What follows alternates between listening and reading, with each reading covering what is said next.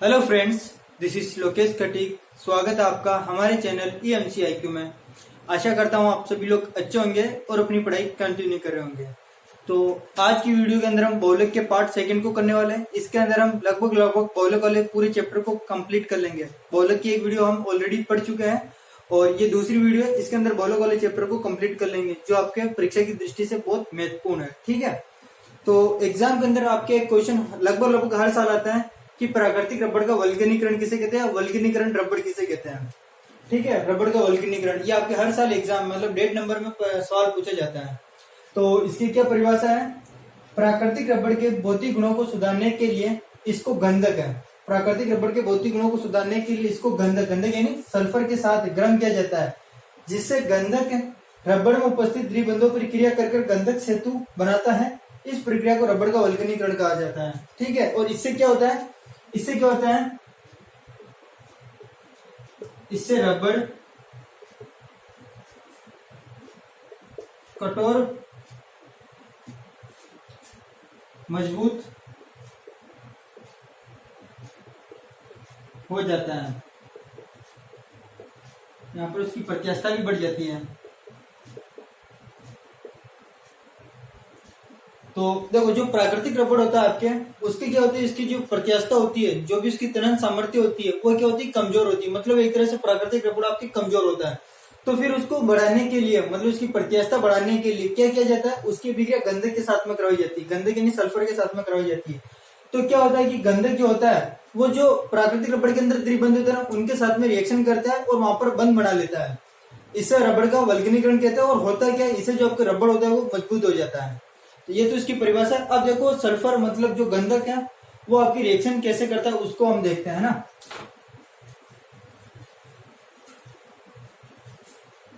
तो जैसे प्राकृतिक रबड़ है ना, प्राकृतिक रबड़ का सूत्र क्या होता है, हमने पिछली वाली वीडियो में पढ़ा है, हमने पढ़ा है पॉलीआइसोप्रीन।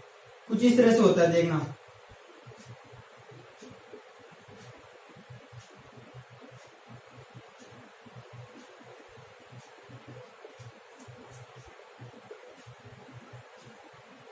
ये आपके प्राकृतिक रबड़ का फॉर्मूला होता है, आपने पढ़ा है पॉलीआइसोप्रीन। पॉलीआइसोप्रीन, ठीक है, पॉलीआइसोप्रीन। इसी प्रकार जैसे एक और इसका जो बहुलक वो इस तरह से है, मतलब एक और इकाई ले ली इसकी, ये हो गया। अब क्या करते हैं, इसकी अभिक्रिया किसके साथ में करवाते हैं? सल्फर के साथ में। किसके साथ में? सल्फर या गंधक के साथ में। तो जैसे हम इसकी अभिक्रिया करवाते हैं तो होता है क्या है, जैसे इसकी अभिक्रिया हम करवा रहे हैं जैसे सल्फर के साथ में, ठीक है, इसकी अभिक्रिया किसके साथ में करवा रहे हैं? सल्फर के साथ में करा। ऐसे बहुत सारे है ना, आपको होता बहुलक यानी बहुत सारे होते हैं। तो सल्फर के साथ में करवाते होता क्या है कि इनमें द्विबंध की स्थिति, द्विबंध कहाँ पर है? यहाँ पर और यहाँ पर। तो यहाँ से भी द्विबंध हटा दो, एक बंध हटा दो और एक बंध हटा दो, और इसके बीच में भी एक सल्फर जोड़ दो और इनके बीच में भी एक सल्फर जोड़ दो। इस तरह से बॉन्ड को हटाया, एक एक बॉन्ड को हटाया और क्या किया, सल्फर जोड़ दिया। इसे हम क्या कहते हैं? रबड़ का वल्कनीकरण कहते हैं। और ऐसा करने से क्या होता है, ऐसा करने से आपकी जो रबड़ होता है वो क्या हो जाता है, उसकी प्रत्यास्थता बढ़ जाती है, वो मतलब कठोर हो जाता है। ठीक है, तो ये आपकी डेट नंबर हर साल पूछा जाता है। आपको इसी परिभाषा लेकर ये फॉर्मूला बनाना होता है। ठीक है, अब हम करते हैं योगात्मक बहुलीकरण और संगणन बहुलीकरण। अब हम पढ़ते हैं संगणन बहुलीकरण को। देखो, संगणन बहुलीकरण क्या होता है? संगणन बहुलीकरण की परिभाषा क्या है कि जब दो या दो से अधिक एकलक आपस में जुड़कर बहुलक का निर्माण करते हैं, दो या दो से अधिक एकलक आपस में जुड़कर बहुलक का निर्माण करते हैं तथा इनके निर्माण में सरल अणु जैसे H2O या HCl आदि का विलोपन होता है, तो इससे संगणन बहुलीकरण कहते हैं। जब दो या दो से अधिक एकलक आपस में जुड़कर बहुलक का निर्माण करते हैं और इनके निर्माण से सरल अणु जैसे H2O या HCl आदि का विलोपन होता है, तो हम इसे क्या कहते हैं? संगणन बहुलीकरण कहते हैं। जैसे देखो, ये समझना आपको कि इनके निर्माण से क्या होता है, जैसे H2O HCl आदि का निष्कासन होता है, बाहर निकलते हैं। जैसे आपने एक एग्जाम्पल पढ़ा होगा nylon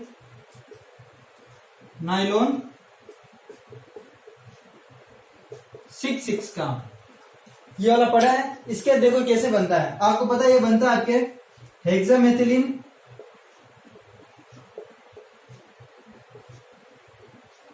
hexamethylene diamine plus ADP का मिश्रण। पिछली वाली वीडियो के अंदर हमने कर रखा है, ठीक है। हेक्सामेथिलीन डायमीन का सूत्र क्या होगा, N CH2 6 NH2 और इधर भी NH2, ठीक है।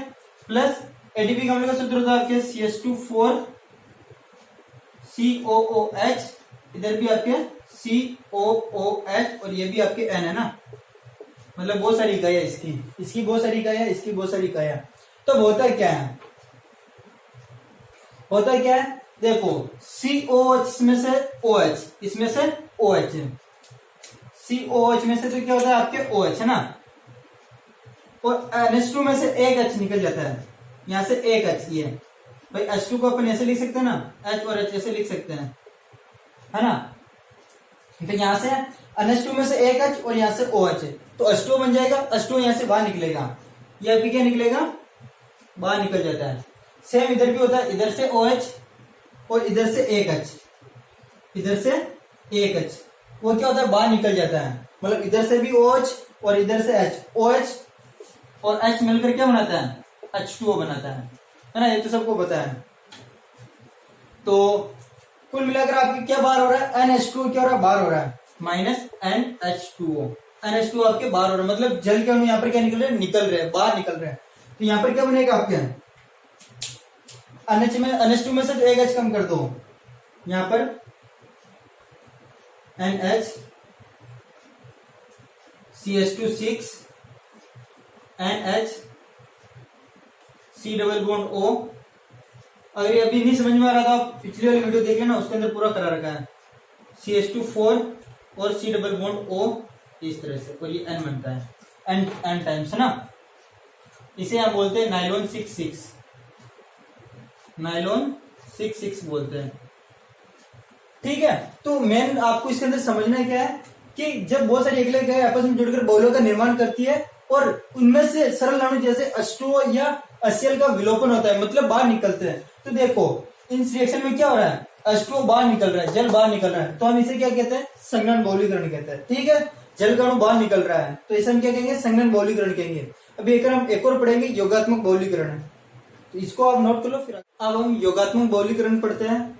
योगात्मक बहुलीकरण की परिभाषा क्या है कि जब अनेक एकलक आपस में जुड़कर बहुलक का निर्माण करते हैं तथा कोई भी छोटा अणु बाहर नहीं निकलता, कोई भी छोटा अणु बाहर नहीं निकलता, मतलब उस रिएक्शन से कोई भी छोटा अणु, जैसे पिछली वाली वीडियो के अंदर, पिछले वाले संघनन बहुलीकरण के अंदर क्या हो रहा था कि जल का अणु बाहर निकल रहा था, लेकिन इसके अंदर कोई भी छोटा अणु बाहर नहीं निकलता है, तो हम इसे योगात्मक बहुलीकरण कहते हैं। बस पिछली वाली रिएक्शन के अंदर, मतलब संघनन बहुलीकरण के अंदर क्या हो रहा था कि कोई भी अणु बाहर निकल रहा था, जैसे जल का अणु बाहर निकल सकता है, या हो सकता है HCl अणु बाहर निकल सकता है। लेकिन योगात्मक बहुलीकरण के अंदर क्या होगा कि इसमें कोई भी अणु आपके बाहर नहीं निकलेगा, नहीं तो आपके जल का अणु बाहर निकलेगा ना HCl का अणु बाहर निकलेगा। जैसे एग्जांपल बात करते हैं आपके पॉलीथीन का, किसका,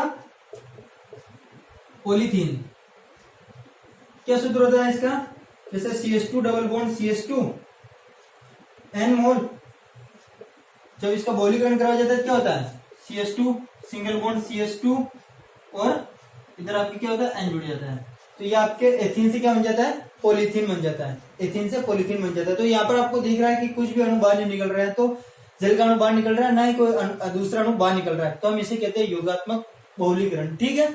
डिफरेंस क्या है योगात्मक और संघनन के अंदर, छोटा सा ये कि योगात्मक के अंदर कोई भी अणु बाहर नहीं निकलता है, जबकि संघनन के अंदर कोई ना कोई अणु बाहर निकलता है। तो इसे नोट कर लो। फिर आगे एक और हम पढ़ते हैं बहुलक के बारे में, फिर हम मुक्त मूलक अभिक्रिया सीखेंगे। अब हम पढ़ते हैं सह बहुलीकरण या विषम बहुलीकरण, ये भी आपके एग्जाम के अंदर पूछा हुआ क्वेश्चन है। तो देखो इसकी परिभाषा क्या होती है, दो या दो से अधिक एकलक परस्पर संयुक्त होकर जो बहुलक बनाते हैं, दो या दो से अधिक बहुलक परस्पर संयुक्त होकर जो बहुलक बनाते हैं, या एकलक, जब दो या दो से अधिक एकलक परस्पर संयुक्त होकर जो बहुलक बनाते हैं उसे हम सह बहुलक कहते हैं। और ये प्रक्रिया क्या कहलाती है, आपके सह बहुलीकरण या विषम बहुलीकरण कहलाती है, ठीक है। मतलब दो या दो से अधिक आपके पास में क्या होना चाहिए, एकलक होना चाहिए, और जब वो रिएक्शन करके जो भी आपके बहुलक बनाते हैं उसे सह बहुलक कहते हैं, और ये प्रक्रिया क्या कहलाएगी, आपके सह बहुलीकरण कहलाएगी। इसके अंदर ये ध्यान रखना है कि ये मतलब योगात्मक और संघनन दोनों प्रकार के होते हैं, मतलब योगात्मक बहुलीकरण भी होता है और संघनन बहुलीकरण भी होता है। मतलब न तो एक ऐसी अभिक्रिया भी होती है जिसमें कोई अणु बाहर नहीं निकलता है, और ऐसी बहुलक का निर्माण भी होता है जिसमें अणु बाहर निकलता है। जैसे एक मैंने लिख रखा है यहाँ पर ब्यूना एस किससे मिलकर बनता है, ब्यूटाडाइन प्लस स्टाइरिन से। तो आपको पता है ये कौन सी अभिक्रिया है, योगात्मक अभिक्रिया, योगात्मक बहुलीकरण अभिक्रिया, ठीक है। और इसमें ध्यान रखना कोई भी अणु बाहर नहीं निकलता। और ये तो अभी नायलॉन 6 वाला अपन ने किया था, 6 वाला, इससे किससे अणु बाहर निकलता है, जल का अणु बाहर निकलता है इससे। तो ये आपके संघनन बहुलीकरण है, संघनन बहुलीकरण। अभी तक हमने जो 3-4 डेफिनेशंस किए वो आपके एग्जाम के अंदर पूछी हुई डेफिनेशंस है और ये भी पूछी हुई है, तो आप इनको एक तरह अच्छी तरह से देख लेना। और अब हम करते हैं जो आपके एग्जाम के अंदर बड़े नंबर में आते हैं। जैसा आपको पूछा जाता है कि मुक्त मूलक क्रियाविधि को समझाओ या आयनिक मुक्त मूलक अभिक्रिया को समझाओ, तो वो सब भी हम करेंगे। ठीक, तो अब हम वो करते हैं जो एग्जाम के अंदर आपके बड़े क्वेश्चन के रूप में पूछा जाता है। तो आपके एग्जाम में क्वेश्चन आता है कि मुक्त मूलक योगात्मक बहुलीकरण अभिक्रिया को समझाओ, मुक्त मूलक योगात्मक बहुलीकरण अभिक्रिया को समझाओ। तो देखो कैसे किया जाता है, ध्यान रखना। ये मुक्त मूलक योगात्मक बहुलीकरण अभिक्रिया होती है, ये 3 पदों में होती है। ये अभिक्रिया, मुक्त मूलक योगात्मक बहुलीकरण जो अभिक्रिया होती है वो 3 पदों में होती है। ये अभिक्रिया 3 पदों में होती है।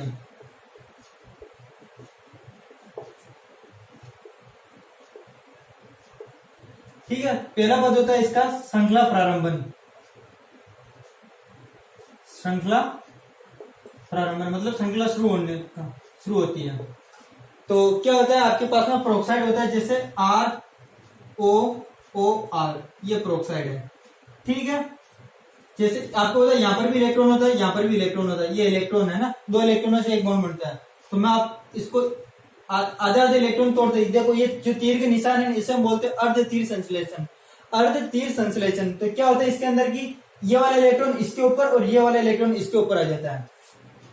RO, ये वाला जो इलेक्ट्रॉन है ये इस ऑक्सीजन के ऊपर आ जाता है, और ये वाला इलेक्ट्रॉन इस ऑक्सीजन के ऊपर आता है, इस तरह से। तो देखो दोनों सेम है, तो मैं इसको जोड़ के लिख दूं, इसको अपन लिख सकते हैं 2RO।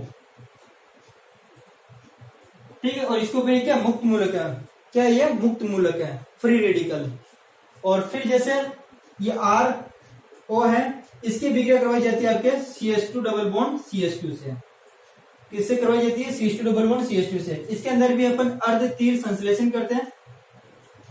ठीक है, तो अब क्या होता है कि ये वाला, जैसे इस बॉन्ड के इलेक्ट्रॉन की बात करते हैं, ये इलेक्ट्रॉन इस कार्बन पर, ये इलेक्ट्रॉन इस कार्बन पर। मैं आपको नीचे बनाकर बताता हूँ, जैसे CH2 सिंगल बॉन्ड CH2, ये वाला इलेक्ट्रॉन यहाँ पर आ जाता है और ये वाला इलेक्ट्रॉन यहाँ पर आ जाता है। ठीक है, आपको पता है बॉन्ड बनाने के लिए कितने इलेक्ट्रॉन चाहिए, 2 इलेक्ट्रॉन चाहिए। तो अब देखो इसके पास में भी 1 इलेक्ट्रॉन है, इसके पास में 1 इलेक्ट्रॉन, ये क्या बना लेते हैं, बॉन्ड बना लेते हैं। तो देखो किस तरह से बॉन्ड बनाएंगे, ये R, ये O, ये और ये मिलकर बॉन्ड बना लेंगे। तो ये आपकी इस तरह से बॉन्ड बनेगा और ये आपकी क्या रहेगा, CH2 के ऊपर एक मुक्त मूलक रहेगा, CH2 के ऊपर क्या रहेगा, एक मुक्त मूलक रहेगा। ठीक है, समझ में आया ना, जैसे ये बॉन्ड बन जाता है, ये वाला मुक्त मूलक ये बॉन्ड बन जाता है। तो ये आपके हो गया श्रृंखला पहला पद है, जिसके अंदर क्या होता है, श्रृंखला का प्रारंभ होता है, अपने को एक श्रृंखला प्राप्त होगी। ठीक है, अब होता है श्रृंखला का संचरण। सेकंड स्टेप है आपके श्रृंखला संचरण। तो इसके अंदर क्या होता है, देखो आपके पास में ये बना है ROCH2 सिंगल बॉन्ड CH2 और बॉन्ड, इसकी अभिक्रिया देखो वापस कराते हैं अपन CH2 डबल बॉन्ड CH2 के साथ में, CH2 डबल बॉन्ड CH2 के साथ में इसकी अभिक्रिया करवाते हैं। ठीक है, इसके अंदर भी अर्ध तीर संश्लेषण करेंगे। ये अर्ध तीर संश्लेषण किया, एक इसके पास में मुक्त मूलक आ गया, एक इसके पास में मुक्त मूलक आ गया, ये मुक्त मूलक इसके साथ में बॉन्ड बना लेगा। अभी जैसे बताया था इसी तरह देखना, ये मुक्त मूलक इसके ऊपर, ये मुक्त मूलक इसके ऊपर, ये मुक्त मूलक बॉन्ड बना लेगा और इसके ऊपर मुक्त मूलक रहेगा। तो कैसे होगा, देखो ये दोनों जुड़ जाएंगे, तो ROCH2 ठीक, ये मुक्त मूलक भी जुड़ जाएंगे, तो एक और CH2 और CH2 मुक्त मूलक। ठीक है, ये दोनों जुड़ गए और ये लास्ट वाले के पास लास्ट वाले के ऊपर क्या है, एक मुक्त मूलक है। इसी प्रकार जैसे अगर मैं देखो ये CH2 कितनी बार ले सकते हो, n बार ले सकते हो, है ना। तो इसकी अभिक्रिया आप किसके साथ में करवाओ, ROCH2 ये वाला ना, CH2 और CH2 मुक्त मूलक, इसकी अभिक्रिया आप NCH2 डबल बॉन्ड CH2 के साथ में करवा दो। ठीक है, तो होगा क्या, इसमें भी अर्ध तीर संश्लेषण होगा। तो इसको आप इस तरह से लिख दो, क्योंकि ये तो मतलब चलती जाएगी श्रृंखला के रूप में। तो आप इसे शॉर्ट में कैसे लिख सकते हो, ROCH2CH2। अब देखना CH2 single bond CH2 single bond, ठीक है। अब देखो यहाँ पर जगह कम है, तो ये जो लास्ट वाले बचे ना वो इनसे जुड़ा हुआ है, देखना CH2 सिंगल बॉन्ड CH2 मुक्त मूलक। ये वाली स्टेप में ऊपर लिख रहा हूं ना मिटाकर, ज्यादा समझ में आएगी।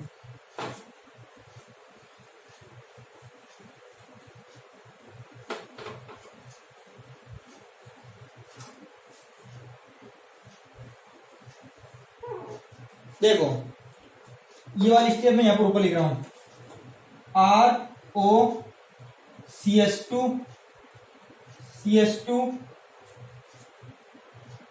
CH2 और सिंगल बॉन्ड CH2, ये मुक्त मूलक। इसके बिगड़े आप NCH2 डबल बॉन्ड CH2 के साथ में करवाते हो, है ना। तो क्या होता है, अर्ध तीव्र संश्लेषण इसके अंदर भी करना है, मतलब इसके ऊपर भी मुक्त मूलक, इसके ऊपर भी मुक्त मूलक। लेकिन आपने कितने बार लिया, N टाइम्स लिया है, तो आप इसको डायरेक्ट इस तरह से लिख सकते हो ROCH2CH2 सिंगल बॉन्ड CH2, और इसको आप कर दो ब्रैकेट के अंदर बंद, और ये N टाइम्स है, और लास्ट में दोनों बचे देखो CH2 मुक्त मूलक, ठीक है। क्या किया भाई, N टाइम्स ये लिए, तो ये वाली श्रृंखला कितने M टाइम्स आएगी, और लास्ट में देखो क्या बच रहा है, हर बार देखो CH2 सिंगल बॉन्ड CH2 मुक्त मूलक बच रहा है, तो अपने भी लास्ट में क्या बचा है, CH2 सिंगल बॉन्ड CH2 मुक्त मूलक बचा है, ठीक है। तो ये आपके कौन सा सेकंड स्टेप हुई थी, श्रृंखला संचरण। अब आपकी थर्ड स्टेप होती है, वो होती है श्रृंखला समापन। थर्ड स्टेप क्या आ गया, श्रृंखला समापन।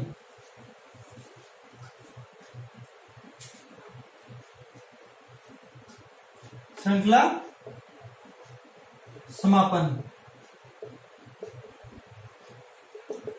देखो श्रृंखला समापन किसे। अब आपके पास में लास्ट ये बचा है, तो इसको लिखो ROCH2CH2 single bond CH2 NCH2 single bond CH2 मुक्त मूलक। मैं सेम ऐसे कैसी एक और श्रृंखला बना रहा हूं, समापन के अंदर क्या करना है, ऐसे कैसी मैं एक और श्रृंखला बना रहा हूं, ROCH2CH2 NCH2 और CH2 मुक्त मूलक, ठीक है। देखो आपके पास में दो श्रृंखला हो गई है, दोनों को जोड़ रहे हैं, तो देखो इसका मुक्त मूलक, इसका मुक्त मूलक जुड़ जाएंगे और क्या बनाएंगे, बॉन्ड बनाएंगे, जुड़ जाएंगे और क्या बनाएंगे, बॉन्ड बनाएंगे। तो देखो इसमें रिएक्शन होगी जो कैसे होगी, ये ROCH2CH2 single bond CH2 NCH2 single bond CH2, ये मुक्त मूलक और ये मुक्त मूलक क्या बना लेंगे, बॉन्ड बना लेंगे। भाई मुक्त मूलक के बीच में तो बॉन्ड बनता है, ये बॉन्ड के अंदर एक इलेक्ट्रॉन यहाँ पर, एक इलेक्ट्रॉन यहाँ पर, तो ये दोनों क्या होंगे, जुड़ जाएंगे। ये आपके जुड़कर बस वापिस एक ही लिखनी है आपको, CH2 single bond CH2 and CH2 RO। तो इस तरह से आपकी रिएक्शंस होती है, 3 रिएक्शन करनी पड़ती है। ये आपकी क्या श्रृंखला समापन का है। देखो क्या क्या क्या वापिस देखो, सबसे पहले हमने किया श्रृंखला प्रारंभ, जिसके अंदर प्रोक्साइड लिया, प्रोक्साइड के अंदर अर्धतीव्र संश्लेषण किया, तो आपको क्या प्राप्त हुआ, ये प्राप्त हुआ RO और O, इसके ऊपर मुक्त मूलक। फिर क्या किया, इसके भी क्या कर रहे हो आपने CH2 डबल बॉन्ड CH2 के साथ में, तो इससे आपके क्या बना, इसको भी अर्धतीव्र संश्लेषण करते हो, तो ROCH2 सिंगल बॉन्ड CH2 मुक्त मूलक, ये बना, ठीक है। और फिर इसके बाद में आपने क्या किया, सेकंड स्टेप की श्रृंखला संचरण, जिसके अंदर आपने इसकी अभिक्रिया NCH2 के साथ में करवाई, NCH2 डबल बॉन्ड CH2 के साथ में करवाई, तो आपको ये स्टेप मिली। कौन सी स्टेप मिली, ये वाली स्टेप मिली। और फिर इसका आपने क्या किया, समापन करवाया। ऐसी आपने 2 श्रृंखला ले ली, देखो एक ये दूसरी ये, और इनको आपस में जोड़ा, तो आपको पता है मुक्त मूलक क्या बना लेते हैं, बॉन्ड बना लेते हैं। ये आपकी क्या होगी, श्रृंखला समापन होगी। तो इस तरह से आपको मुक्त मूलक अभिक्रिया हुआ है, तो ये आपको 3 स्टेप करके बतानी है, ठीक है। नोट कर लो आप इसको, फिर आगे और कर। अब हम सेकंड योगात्मक बहुलीकरण अभिक्रिया करते हैं, वो है आपके दैनानिक योगात्मक बहुलीकरण अभिक्रिया, ठीक है। तो सबसे पहले तो आपको इसके अंदर ध्यान रखना है कि ये जो अभिक्रिया होती है वो होती है, ये जो बहुलीकरण होता है ये होता है H2SO4 AlCl3, BF3 आदि की उपस्थिति में होता है। ये सब क्या होता है? लुईस अम्ल होते हैं ये वाले, ठीक है। ये क्या होते हैं? लुईस अम्ल होते हैं, इनकी उपस्थिति में ये बहुलीकरण होता है, ठीक है। आपको बस ध्यान रखना ये AlCl3, BF3 आदि की उपस्थिति में ये अभिक्रिया प्रेरित होती है बहुलीकरण, बार बार अभिक्रिया नाम याद आ रहा, ठीक है। तो जैसे मान लिया आपके पास में H2SO4 है, क्या है? H2SO4 है। यह भी 3 पदों में होती है। सबसे पहला आप क्या होता है? लिखो, नाम लिखो यहाँ पर, श्रृंखला प्रारंभन, ठीक है। जैसे H2SO4 है, यह आपके टूटता है H plus plus HSO4 minus के अंदर। H2SO4 है, या आप AlCl3 भी ले सकते हो, BF3 भी ले सकते हो, लेकिन फिर बाद में क्या होता है? उनकी अभिक्रिया आपको जल से करवानी होती है। यहाँ पर H2SO4 लिया तो ये टूटेगा H प्लस HSO4 माइनस में, ठीक है। ये H प्लस अभिक्रिया करता है आपके CH2 डबल बॉन्ड CH और यहाँ पर जैसे G, ठीक है। G क्या है यहाँ पर? G इधर लिख लो, इलेक्ट्रॉन दाता, इलेक्ट्रॉन दाता। जी यहाँ पर कोई भी परमाणु जो इलेक्ट्रॉन दाता होता है, इलेक्ट्रॉन दाता परमाणु कौन से होते हैं? S ब्लॉक के तत्व, जैसे लिथियम, सोडियम, पोटेशियम, या मैग्नीशियम हो गया, कैल्शियम हो गया, यहाँ पर हो सकता है, ठीक है। जी की जगह आपके वो हो सकते हैं, lithium, sodium, potassium, calcium, magnesium जी की जगह हो सकते हैं, ठीक है। अब देखो मैं यहाँ पर क्या कर रहा हूं, मैंने अब की बार यहाँ से जो बॉन्ड तोड़ा है वो क्या देखो, मैंने यहाँ पर पूरी इसको बोलते हैं पूर्ण तीर संचलन, पूर्ण तीर संचलन। पिछले वाले में हमने क्या बोला? अर्ध तीर संचलन, इसको बोलते हैं पूर्ण तीर संचलन। तो इसमें क्या होता है कि जब ये बॉन्ड के पूरे इलेक्ट्रॉन किस पर आ जाते हैं? इस पर आ जाते हैं। तो जब इसके ऊपर आते हैं तो हम इसे क्या किससे डिनोट करते हैं? माइनस से डिनोट करते हैं, और जो इलेक्ट्रॉन जो बॉन्ड देता है उसे हम प्लस से लिखते हैं। देखो कैसे, इसे तो आप लिखोगे CH2 minus bond CH plus और G। भाई ये वाले जो इलेक्ट्रॉन थे वो इसके ऊपर आए, और जो इलेक्ट्रॉन लेता है उस पर माइनस आता है, और इसने दिया इस कार्बन ने, इसलिए इसके ऊपर क्या आएगा? प्लस आएगा, ठीक है। ये प्लस H के ऊपर भी प्लस है और इसके ऊपर माइनस है। आपको पता है प्लस और माइनस मिलकर क्या बनाते हैं? बॉन्ड बनाता है, आयनिक बॉन्ड बनाता है। कौन सा बॉन्ड बनाता है? आयनिक बॉन्ड बनाता है। मतलब ये H प्लस CH2 के साथ में क्या होगा? जुड़ जाएगा, ठीक है। जुड़ेगा तो आपको क्या बनाएगा? CH2 और ये H क्या हो जाएगा? CH3, ठीक है। समझ गया ना? ये CH2 और ये H ये जुड़ जाएंगे तो क्या हो जाएगा? CH3 हो जाएगा, और ये आपके CH प्लस G, ठीक है। तो ये तो आपकी क्या हो गया? श्रृंखला प्रारंभन। इसी तरह B नंबर पर आपकी क्या होगा? श्रृंखला संचरण, श्रृंखला संचरण। देखो इसके अंदर क्या होता है, आपके पास में ये है CH3 CH प्लस और G, इसकी अभिक्रिया करवानी है आपको CH2 डबल बॉन्ड CH। देखो सेम प्रोसेस है, पिछले वाला ये वाला मुक्त मूलक वाला भी सेम है और ये भी सेम होगा। देखो इसके अंदर भी अगर मैं ये बॉन्ड इसको दे दूं, इसके ऊपर माइनस आएगा, इसके ऊपर प्लस आएगा, इसके ऊपर क्या आएगा? माइनस, इसके ऊपर क्या आएगा? प्लस आएगा। तो माइनस प्लस ये तो बॉन्ड बना लेंगे और इसके ऊपर प्लस आ जाएगा। तो देखो CH3 CH ये वाला किसके साथ में जुड़ेगा? इसके साथ में CH2, यहां पर आपकी G जुड़ा हुआ था, और single bond CH plus G, ठीक है। यहाँ पर आपके इसने बॉन्ड दिया तो यहाँ पर माइनस आ जाएगा, और इसके ऊपर क्या जाएगा? प्लस आ जाएगा, वो मैंने लिख दिया। अब ये आपके जैसे CH3 CH G CH2 CH plus और G, और इसकी अभिक्रिया में करवाऊं N मोल के साथ में CH2 डबल बॉन्ड CH और G। तो इससे क्या बनेगा? जैसे पिछले वाले में बना था ऐसे यहाँ पर हो जाएगा। आप यहाँ पर क्या जुड़ जाएगा? ये N जुड़ जाएगा। देखो कैसे, CH3 CH G CH2 CH G N CH2 और CH G। देखो हमने पिछले जो मुक्त मूलक वाली की थी सेम वही कर रहे हैं, बस यहाँ पर हमने क्या लगा रहा है? केवल G और लगा दिया है, बाकी पिछले वाली देखो सेम ही है ना। तो आपकी ये श्रृंखला संचरण के अंदर लास्ट स्टेप में क्या बना? CH3 CH G CH2 CH G N CH2 और CH, यहाँ पर CH के ऊपर क्या प्लस है और नीचे आपकी क्या है? G है। तो ये आपके हो गया श्रृंखला संचरण। अब उसके बाद में हम करते हैं श्रृंखला समापन। तीसरी स्टेप क्या आपके श्रृंखला समापन। अगर आपने मुक्त मूलक वाली देख ली तो फिर इनको जैसे आपको देखने की जरूरत ही नहीं है, मुक्त मूलक वाली आपके ज्यादातर एग्जाम में आती है। तो तीसरा क्या है श्रृंखला समापन। और श्रृंखला समापन में हम क्या लेते हैं, इसका लास्ट पद, इसका लास्ट पद क्या बना आपकी, ये बना है CH3 CHG CH2 CHG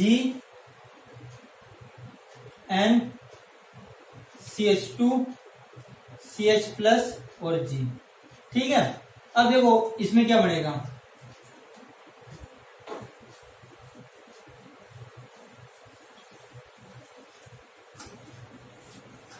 देखो मैं यहां से क्या कर रहा हूं, यह H2 है, मैं इसको तोड़ के ऐसे लिख रहा हूं।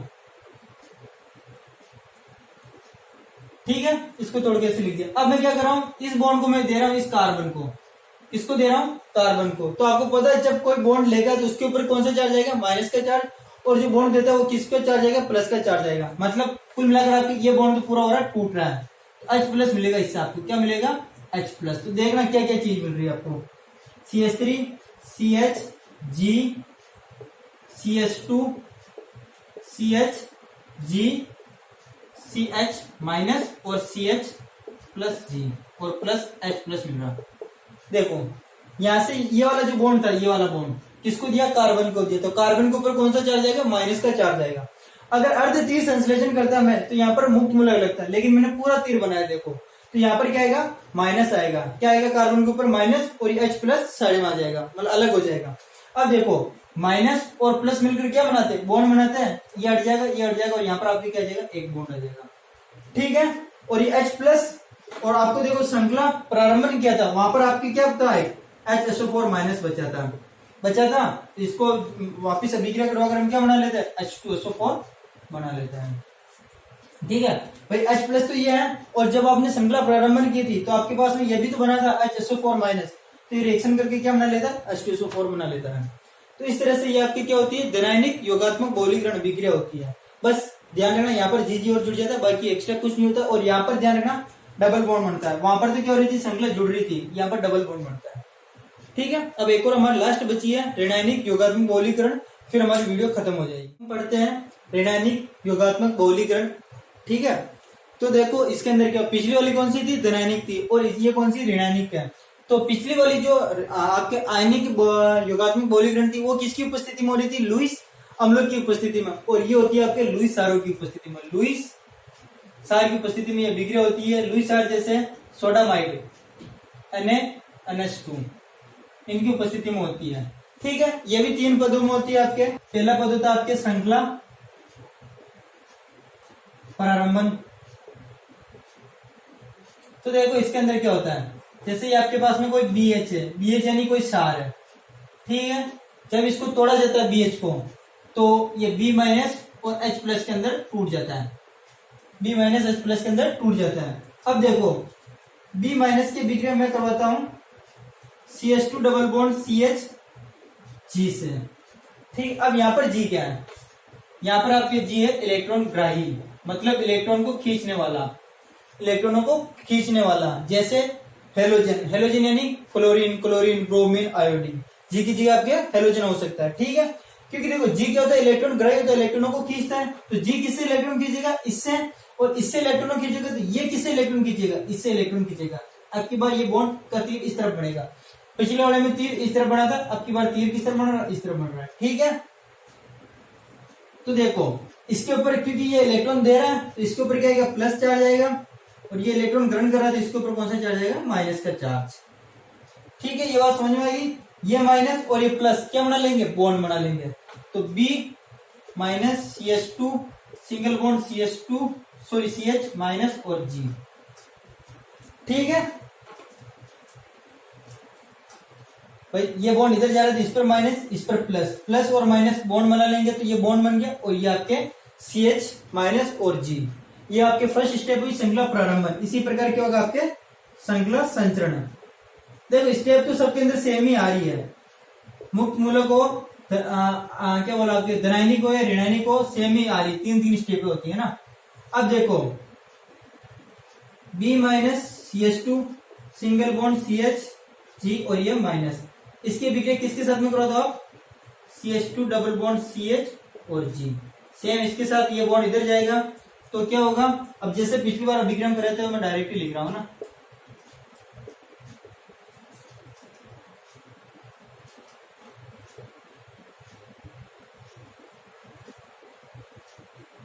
ठीक है। ये क्या बन जाएंगे, यहाँ पर बॉन्ड जुड़ जाएगा, यहाँ पर ये माइनस यहाँ पर प्लस आएगा तो बॉन्ड जुड़ जाएगा। इसी प्रकार अब जैसे अगर मैं इसके N मोल ले लूं तो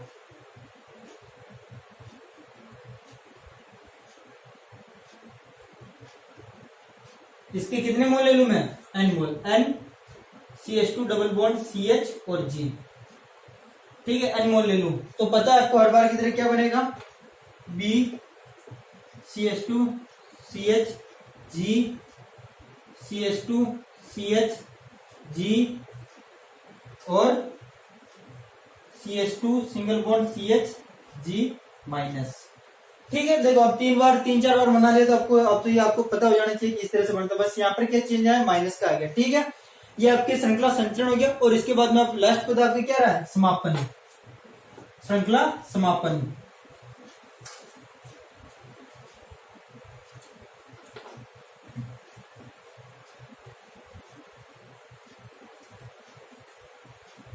देखो थर्ड नंबर पर आपके कौन सा पॉइंट रहा है, श्रृंखला समापन। तो देखो ये वाली लास्ट स्टेप आपको उठानी, B CH2 single bond CH G CH2 CH G CH2 CH minus और G, ठीक है, ये लेना है। अब देखो यहां पर क्या होता है, ये है और आपको पता है श्रृंखला प्रारंभ, जब आपने पहली स्टेप लिखी श्रृंखला प्रारंभ के अंदर तो आपको क्या मिला था, एक H प्लस भी तो मिला था, B माइनस H प्लस मिला था, तो वो H प्लस की रिएक्शन में इसके साथ में करवाता हूं तो माइनस के ये और ये प्लस का है, क्या बना लेगा, बॉन्ड बना लेगा, तो ये क्या बनाएगी अभिक्रिया, H प्लस इसके साथ में अभिक्रिया कर रहा है तो क्या बनाएगा, B CH2 CH G CH2 CH G CH2 CH और G, देखो ये माइनस और ये प्लस बॉन्ड बना लेगा तो इस तरह से कुछ बॉन्ड बनाएगा, ठीक है, इसी तरह से बॉन्ड बनाएगा भाई, ये CH और ये बॉन्ड बना लेगा, ये भी HH, तो हम इसको ऐसे लिख सकते हैं CH2 लिख सकते हैं, क्या लिख सकते हैं CH2।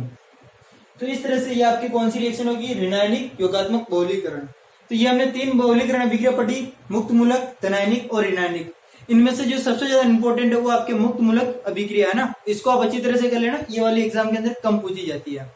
और एक आपके जिगलर नाटा उत्प्रेरक के बारे में भी कभी कभार पूछ लेते हैं, तो जिगलर नाटा उत्प्रेरक, जिगलर नाटा उत्प्रेरक, तो क्या होता है जिगलर नाटा उत्प्रेरक, TiCl4 plus R3Al, TiCl4 plus R3Al, इसको बोला जाता है जिगलर नाटा उत्प्रेरक। नाम इसका नाम लिख देता हूं, टाइटेनियम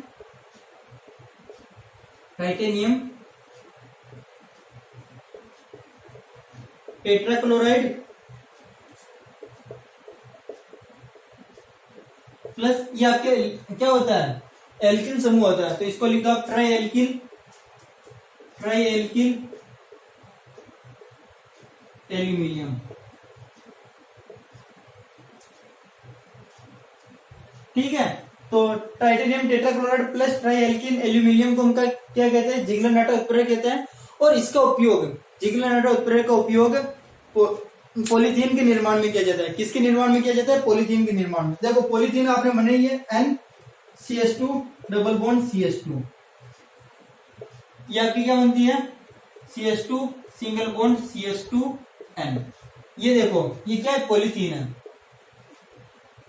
पॉलीथीन है। तो जब आप इसका सिंपल बहुलकीकरण करते हैं तो आपको ये जो पॉलीथीन प्राप्त होती है वो क्या प्राप्त होती है, कमजोर प्राप्त होती है ना, कमजोर प्राप्त होती है। तो इसको मजबूत करने के लिए, इस पॉलीथीन को मजबूत करने के लिए हम यहाँ पर उत्प्रेरक मिलाते हैं, ये वाला TiCl4 प्लस R3Al, जिगलर नाटा उत्प्रेरक की उपस्थिति में जब इसकी रिएक्शन करवाते हैं, बहुलीकरण करवाते हैं, तो जो फिर पॉलीथीन प्राप्त होता है हमको, वो जो हमें पॉलीथीन प्राप्त होता है वो कैसा प्राप्त होता है आपको? मजबूत पॉलीथीन प्राप्त होता है। ठीक है, तो ये आपके था बहुलक वाले चैप्टर का। जैसे मैं मान सकता हूँ कि आपके बहुलक वाला चैप्टर लगभग इन 2 वीडियो में कंप्लीट हो चुका है। और भी अगर थोड़ा कुछ बचा हो तो आप आपके नोट्स देख लेना।